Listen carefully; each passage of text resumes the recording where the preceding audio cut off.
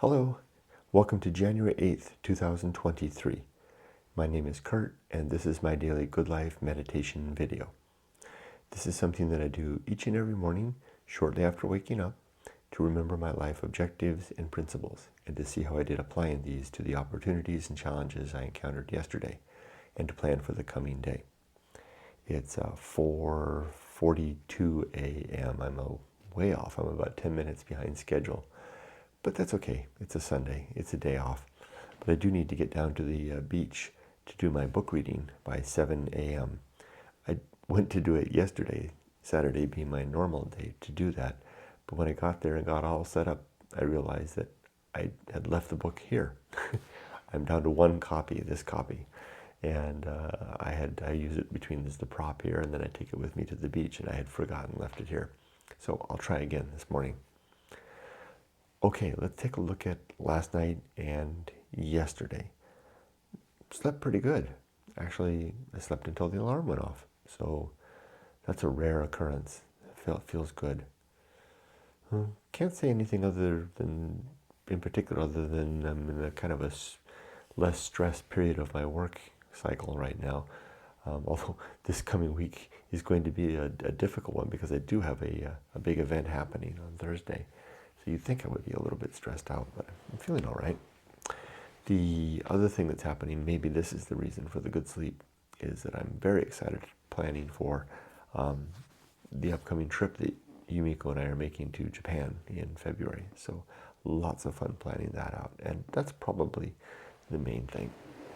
I also did get to the beach and yesterday and did jump in the ocean, although the ocean was a bit churny and full of the debris from the storm, that gets washed down the rivers, bits of wood and mud and sticks and etc. But the ocean seems to clean that up pretty quickly. I'll imagine by next week things will be back to their more normal, beautiful self. Okay, so yesterday was a pretty good day. I did my house cleaning, did our shopping. Today is a genuine day off. So hopefully Yumiko and I can go out and get some nice lunch today, pick a nice place. All right, let's do the Good Life Creed. And I will be adding a new principle to the Good Life. This is the Principle of Scriptwriting. And I'm going to be putting that just ahead of the Bullseye Aim near the end of the Creed. So look for that. Let's begin. My 7 objectives. And these 7 objectives and 34 principles now are found in my book, Going Alone, which is my story of adventure in life, of having a great life adventure, and then what I did as a result of what I did not discover out there in the wilderness. I built the Good Life Creed, this thing that I'm about to recite. Here we go. My 7 objectives being the things that I'm striving for in life, are, number 1, to be always ready to die. To be in a state of life where not necessarily desiring to die, but ready to die when the time comes. Having my life affairs in order, my relationships as sound as I can make them, and my life's work in a ready, steady state. And they are.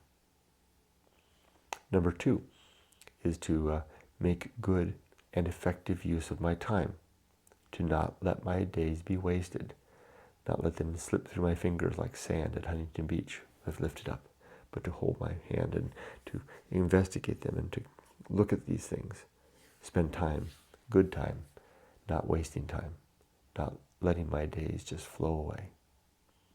And I'm pretty good at that now too. 3 is to develop and maintain good and sound life principles. That is this very Good Life Creed that I'm reciting right now. This is one of my objectives, to tinker with this and to work on it and to do like I'm doing right now, adding a new principle or changing principles or even removing principles if necessary, most often modifying them in some way. Number 4 is to cultivate good emotional reactions, to become someone who reacts well to the difficult elements of life. In addition to the good elements, it's easy to react well when things are going well, but a little harder when it's tough. I'm getting better at that too. Next, number 5, is to perform good actions, just to do good things throughout the day. 6 is to recognize my true limits and my true opportunities so that I'm keeping within the lane lines of what is possible for me. And finally, number 7 is to do just one thing at a time, and do that thing slowly and deliberately and carefully, to never multitask, unless necessity absolutely demands it. All right, those are the 7 objectives that I'm working towards. And for the most part, I think I have those in pretty good hand, largely because I work at them every day. And I recite them like this, and I keep them foremost in my mind. This kind of speaks to the new principle of scriptwriting, again, which I'll get to in a bit. My 34 principles, 34 now, I started off with 5. When I first sat down to lay out the Good Life Creed, I wrote out 5, and it's really grown and adjusted since then.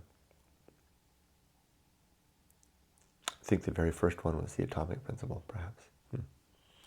Anyway, the 34 principles are: number 1, the principle of war, the resolve, determination, and effort to fight against propositions of truth, those which are coming at me from others or myself, or those which I've already onboarded.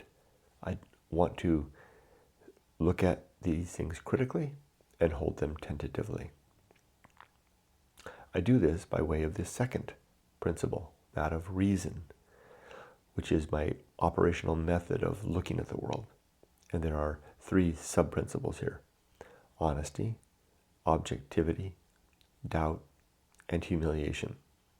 Did I say 3? I meant 4. I want to be honest with myself and others, objective in my worldview, a fierce skeptic, and ready to accept and welcome even the humiliation of discovering that I'm wrong. Number 3 is the homunculus. I don't think that I have a soul. I don't think any of us does. But I do think I have a consciousness. In that consciousness, I label my homunculus, my inner man. Number 4 is the anchor hold, which relates to number 3, the homunculus. The anchor hold suggests that the homunculus is trapped inside me, can't get out, won't escape my death. So I better make good use of the opportunity to have a consciousness and to be aware during the brief time that I'm alive, and especially the brief time remaining.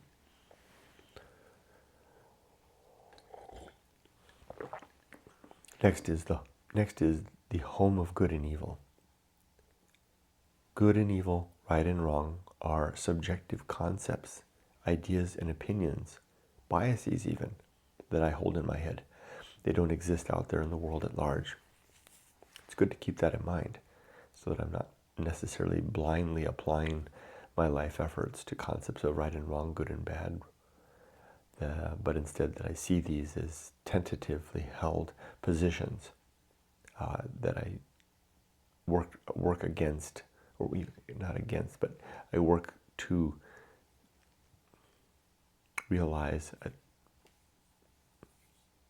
or fight against. Against, I guess there is the against part. I didn't mean against like fighting against, but alongside is what I meant, but it came out wrong.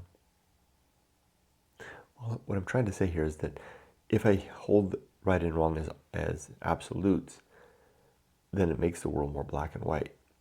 And I know that these things are not absolute in any sense other than my opinion or my determination.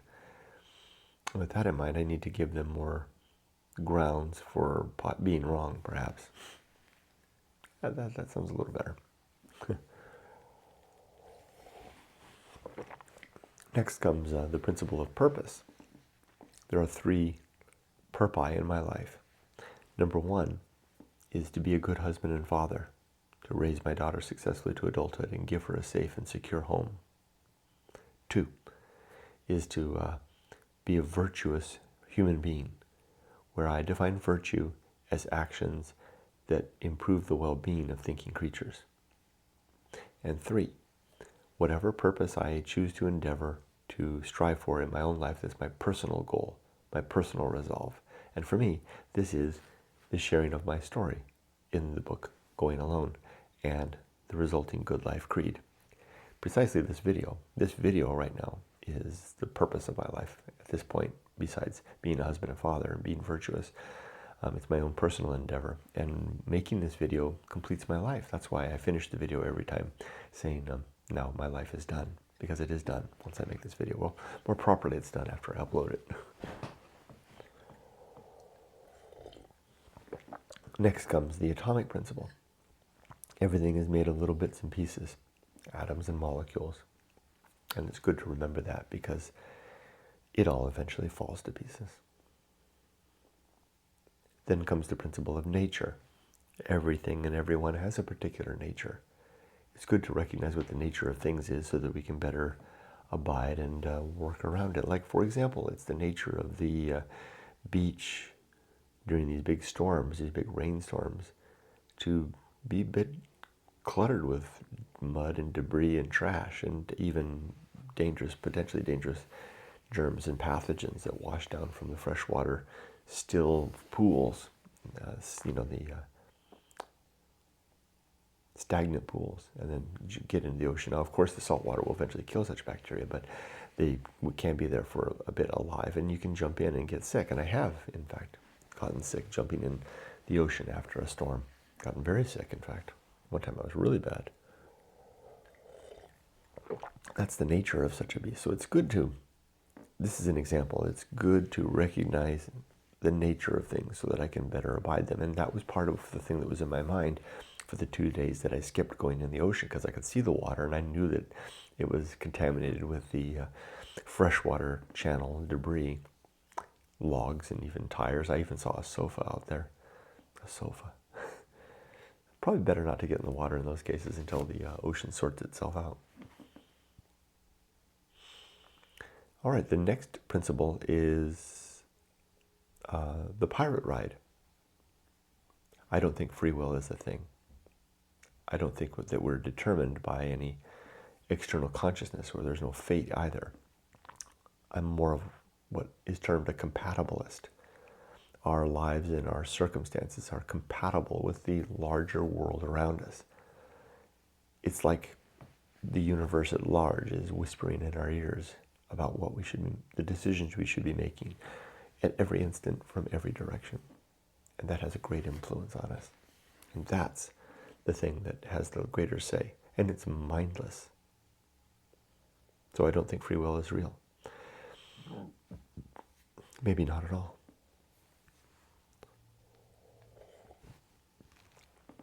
And that's something that I can't prove. I hold this on faith.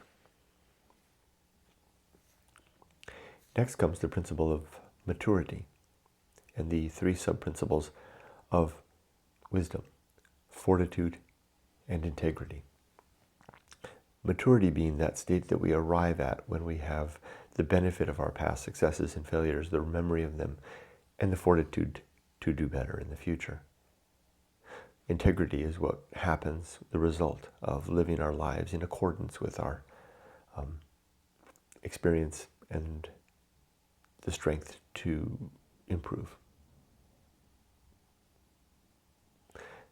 Now comes the social principle. We are social creatures, you and me. We need each other. And it's good, after we've had the experience of going alone, to come back and build families and communities. In fact, that's the next principle, the principle of family. The sub-principles here are diplomacy, justice, and conspiracy. Diplomacy is what we do, the trick that we use to work together to reach agreement about what constitutes the just state. And then we conspire, we link arms to make that happen. The principle of family is just simply a reminder to create connections, to build a quote-unquote family of our own, whether that be the result of putting a ring on a finger and building a home and, bringing children into the world, or creating a community of friends, either, in fact, or online. Whatever the case may be, just find our people, build our community. I have mine, of course, with my wife and my daughter and my extended family. I also have the Discord community, and also at a greater arm's reach social media community. I also have the community of my coworkers. That's true too. Next is the principle of public speaking, a suggestion towards the improvement of our ability to listen and communicate. The sub-principles here are best words, developing a good and rich vocabulary, to be able to pull from that vocabulary and use it appropriately, but not with reckless abandon, because that doesn't work. For example, I learned the word yesterday, quixotic, which I had encountered in the past, but I couldn't quite, it wasn't stuck in my head. I would never have used it in the past, but I encountered it again yesterday with this book here, A Universe for Nothing, which I finished yesterday. I just have the epilogue to read. Dr. Lawrence Krauss talking about the quixotic desire of creation, of those who believe in God, to believe that if nothing comes of nothing, that God can somehow get around that. He called that notion quixotic, which I found perfect use of the word. But it's an okay word to use in a semi-academic, popular bestseller about science, but it's probably not the kind of thing you want to use in normal conversation. But it's a great word to have at the ready, right? Because we can use vocabulary in two ways. We can use it to speak, and we can use it to consume reading. And having it to be able to more easily enjoy reading is a great benefit.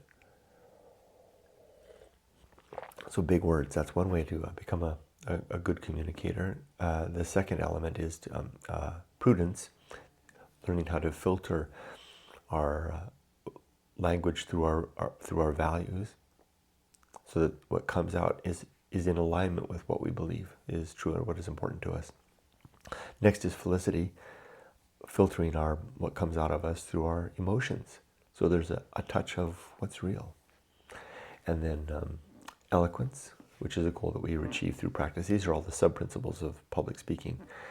And then there's two negative sub-principles, rumor and gossip. And I just call them out because they are so prevalent and so nasty. And so I work hard to avoid both of those. Okay, next comes,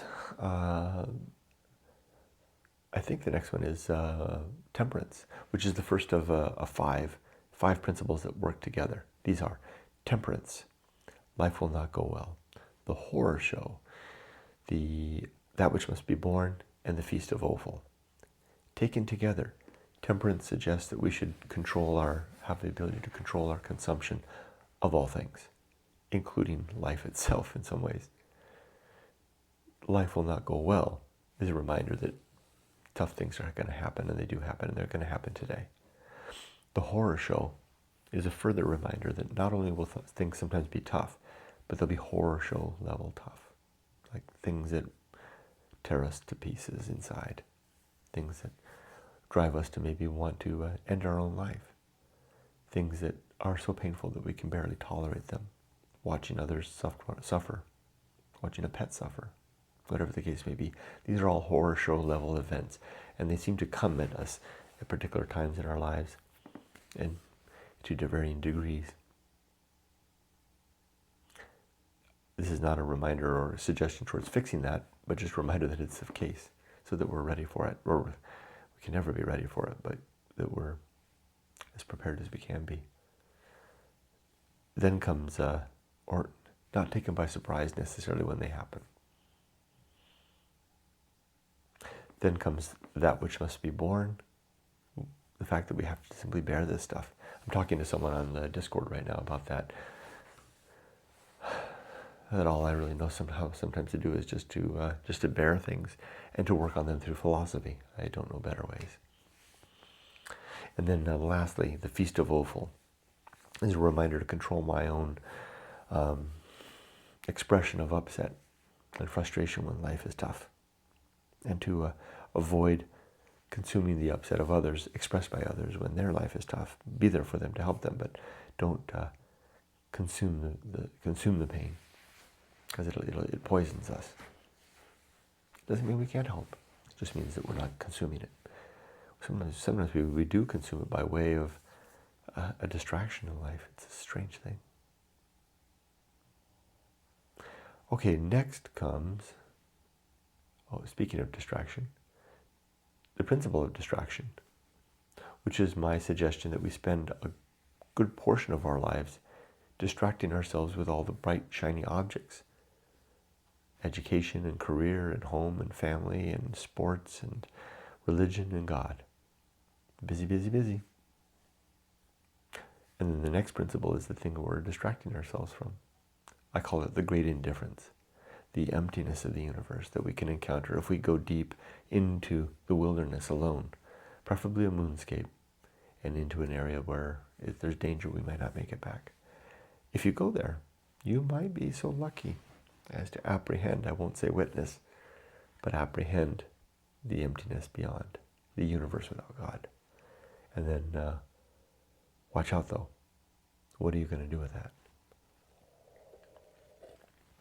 It's one of those things that you proverbially can't unsee.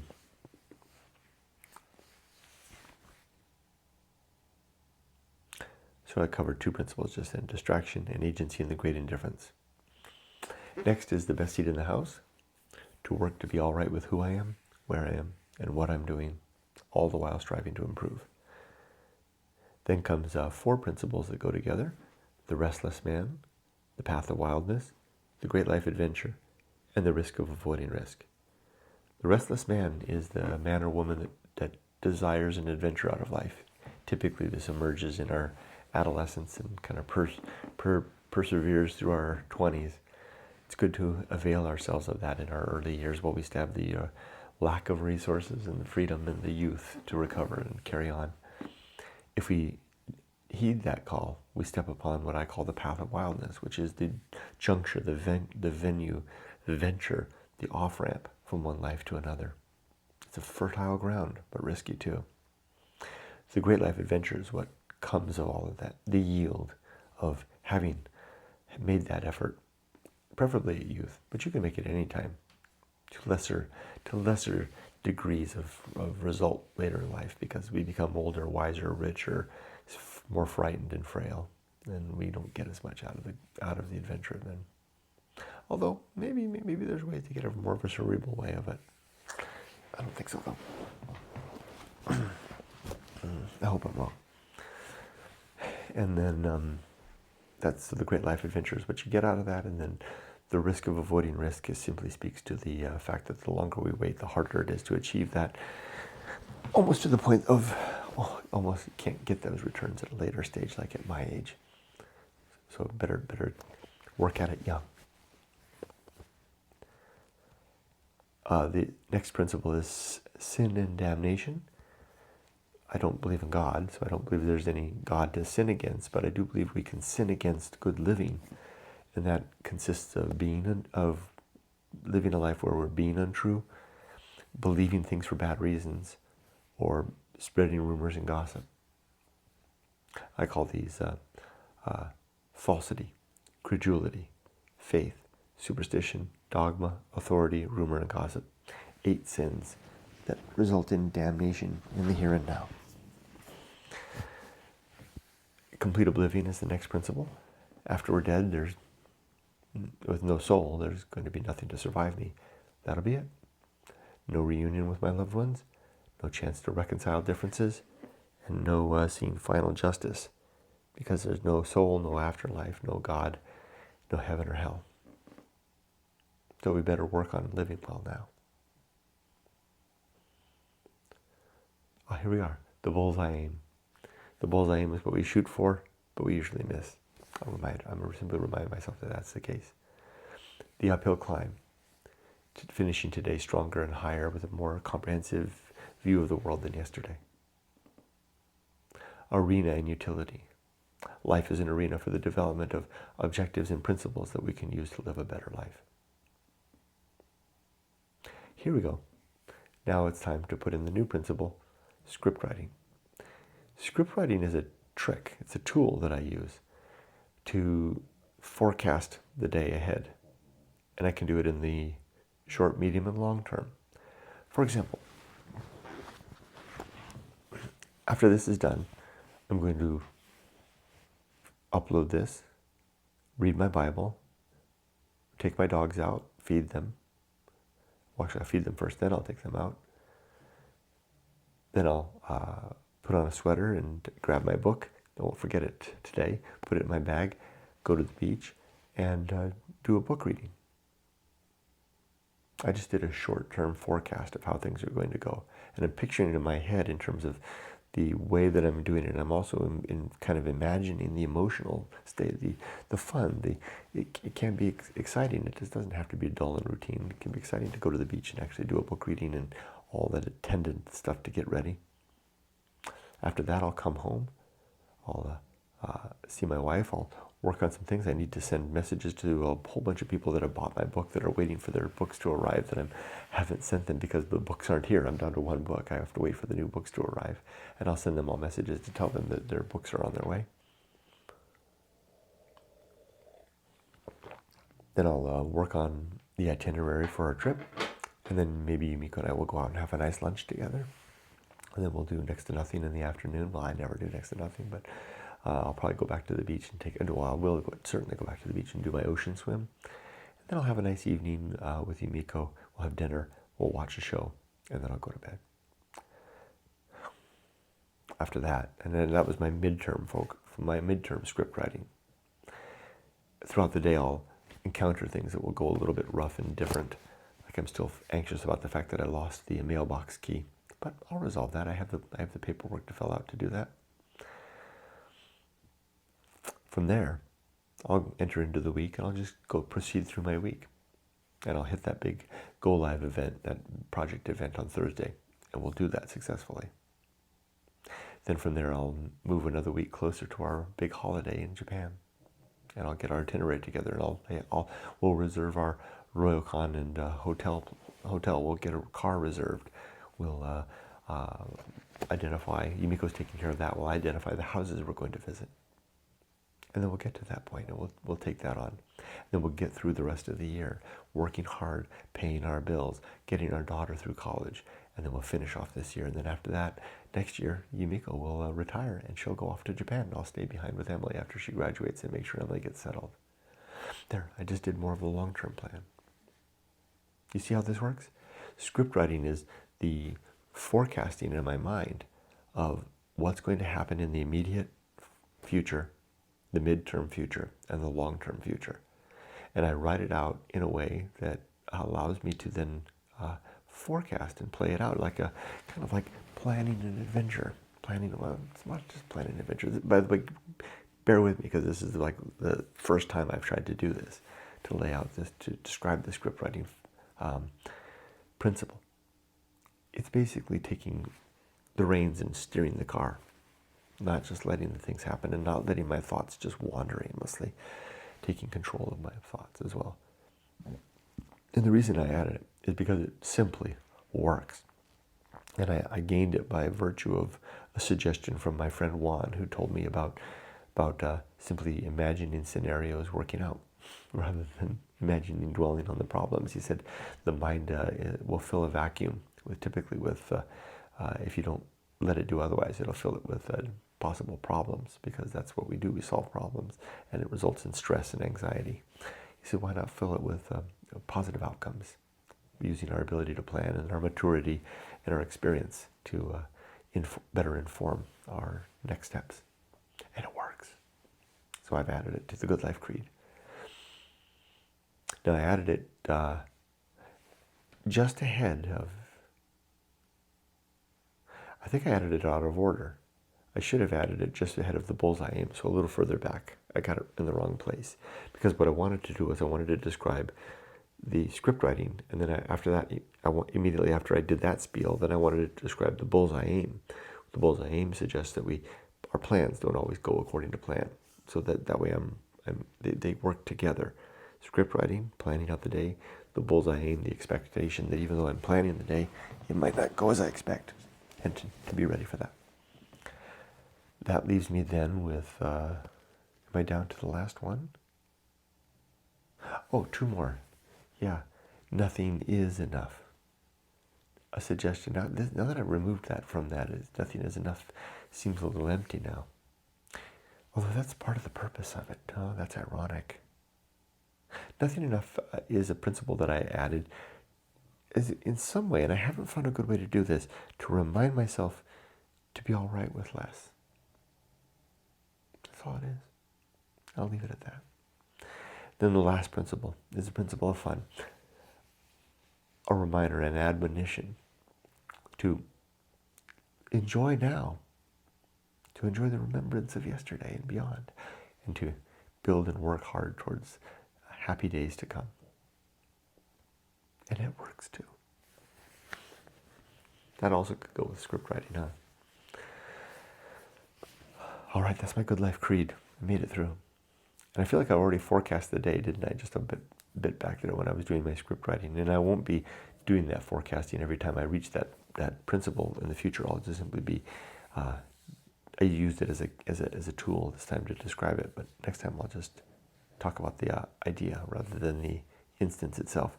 But you already know what my plan is for today. Usually I add that in right now. So I think I'm done. So with that, I'll close. I'll stop this video. My day is done. My life is done. And I wish you all the best. Be safe, but not too safe. See, I even got that out of order. I'm supposed to say, be safe, but not too safe. And now with that, my life is done. Bye-bye. Have a great day.